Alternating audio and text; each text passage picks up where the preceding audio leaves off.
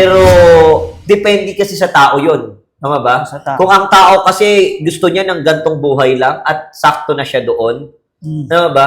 We're gonna respect kung ano yung gusto ng tao. Then, kung yung tao naman talagang gusto niya pang mas maabot yung mas pangarap niya pa sa buhay, sabi nga kasi nila, if you get your first goal, jump to the second goal. And if you get your second goal, jump to the third goal. Kung ang tao talaga gustong makakuha pa ng mas matataas, pwede kang pumasok sa pagninegosyo. Kasi sa pagninegosyo, unti-unti mo talagang ma-expand, mapapalaki mo yung kita mo. Diba ba? Mapapaikot mo yung, tawag dito, yung pera mo. Diba? So, yun yung na-experience ko sa pagninegosyo. Kaya ako, I rather choose na magnegosyo kasi nga, hindi lang ako, tawag dito, kontento kung ano mang meron. Kasi, since galing akong hirap, gusto ko talagang maiangat yung pamilya ko pa eh. Gusto ko talaga silang mas mailayo sa, tawag dito, sa squatters area. Gusto ko. Hi guys, ako pala si Gerald Drapsing, isa sa mga Millionaires Club ng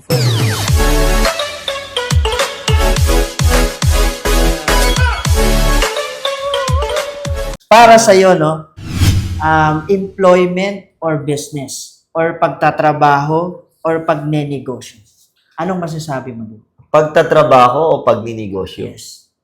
Okay, employment or Business. business. Nasa sa tao kasi yun eh. Mhm. Kung ang tao is kontento na rin sa kung ano man ang meron sa kanya, at may mga ganun kasi na personality ng tao na ayaw niya na kung ano man yung natatanggap niya sa buhay, okay na sa kanya. Ayaw niya na pang dagdagan. Okay. So, wala tayong ano ron, hindi tayo pwedeng maging against doon. Okay. Kung okay sila sa part na yon, din re-respetuhin natin. Tama? Tama. Pag nagtrabaho ka, good. Kikita ka naman. May mga trabaho rin naman na magaganda na pwede rin makabili ng ibang mga pangarap para sa buhay. Tama? So, okay din naman kung mag-work ka kasi nag-work din naman ako for ilang years. Okay. So, maganda rin naman na tawag dito na may pinagkakakitaan ka. Oh. Tama?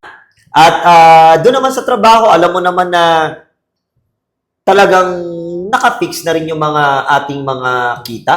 At alam mo na yung tinatrabaho mo, alam mo meron kang nag-aantay kada buwan.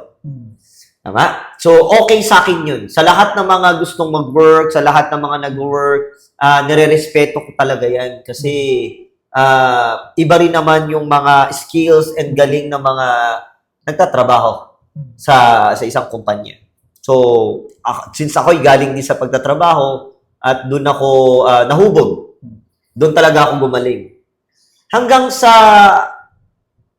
gusto ko lang talagang mas madagdagan ang aking kita at mas mabigyan pa ng mas masarap na buhay yung pamilya ko. Kaya ako pinasok ang pagninegosyo. Okay. Ang pagninegosyo, hindi rin siya madali. Mahirap din sa simula. Pero possible na mas gumanda ang kita mo, mas malaki yung maabot mo, mas makuha mo yung mga pangarap mo. 'Di ba? Kasi makikita mo naman yung mga taong nakakabili ng mga mansion na bahay, nakakabili ng mga luxury cars, 'di ba? Nakakapag-travel around the world, 'di ba? Yung mga talagang nagninegosyo. 'Di ba? Kaya kapag tinignan mo, pagka meron siya may nakita kang ganyang property sa kanya, minsan matatanong mo, ano kaya negosyo niya? Tama. Pero, depende kasi sa tao yun. Tama ba? Sa tao. Kung ang tao kasi gusto niya ng gantong buhay lang at sakto na siya doon, tama ba? We're gonna respect kung ano yung gusto ng tao. Then, kung yung tao naman talagang gusto niya pang mas maabot yung mas pangarap niya pa sa buhay, sabi nga kasi nila, if you get your first goal, jump to the second goal. And if you get your second goal, jump to the third goal. Kung ang tao talaga gustong makakuha pa ng mas matataas, pwede kang pumasok sa pagninegosyo. Kasi sa pagninegosyo, unti-unti mo talagang ma-expand, mapapalaki mo yung kita mo. Diba ba? Mapapaikot mo yung, tawag dito, yung pera mo. Diba? So, yun yung na-experience ko sa pagninegosyo. Kaya ako, I rather choose na magnegosyo kasi nga, hindi lang ako, tawag dito, kontento kung ano mang meron. Kasi, since galing akong hirap, gusto ko talagang maiangat yung pamilya ko pa eh. Gusto ko talaga silang mas mailayo sa, tawag dito, sa squatters area. Gusto ko sa village, mas maganda, Di ba? I-travel ko yung pamilya, yung magulang. Dahil gusto ko pang marating yung dapat kong marating, kaya ko pinili ang pagninegosyo. Kasi yun ang criteria ng business eh. Ang criteria ng business, pera lang talaga ang sinusugal diyan. Pero once na bigyan mo ng panahon yan, inaral mo yan, consistent ka sa isang bagay na yan, lalago yan. Ganun din naman sa pagtatrabaho. Kung gusto mo naman maging successful sa pagtatrabaho, maging consistent ka din. Sumunod ka sa boss, sumunod ka sa lahat ng ipapagawa sa'yo, that's the time mapopromote ka eh. So, it depende nga so kung anong target mo eh, anong gusto mo talaga eh.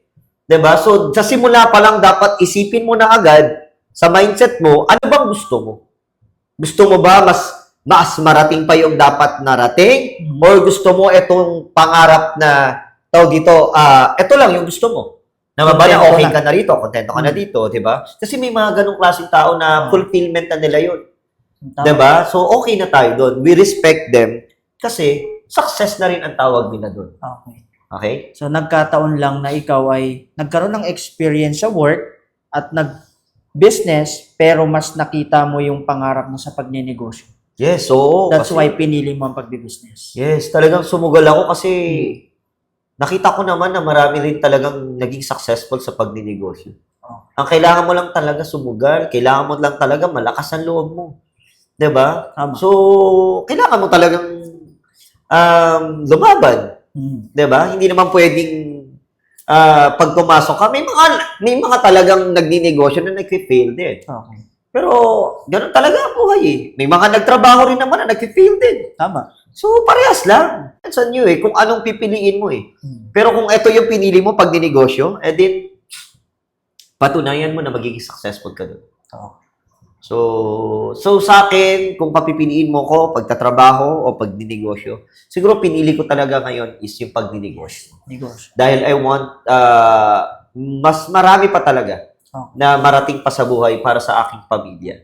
Oh. And beside, gusto ko rin kasi talagang, alam mo, pag may marami, kumita ka ng malaki, mas marami ka natutulungan ng mga kababayan natin. Tama.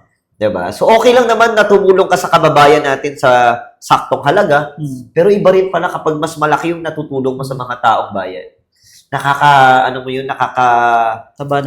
ng puso. Yan, na makatulong sa ating mga kababayan. Mga tao na nasa labas na nangangailangan. Yes, meron akong EG3 The Heart Cares. Yes. Yan. So, syempre, na-inspire din tayo sa ating mga owners, sa mga kasama natin talaga na tumutulong sila loob at labas ng company natin. So, sabi ko, kung kaya nila, kaya ko rin. Diba? So, siguro, kaya nga talaga tayo nandito sa mundo na to is, alam mo yun, ang purpose mo is tumulong sa kapwa. Tama. Kung anong biyaya na ibinibigay sa'yo, you need to share it. So, sarap. Kasi nung nagnegosyo ko, kumita ako ng malaki, mas marami ako nagagawang mga charity. No. Diba?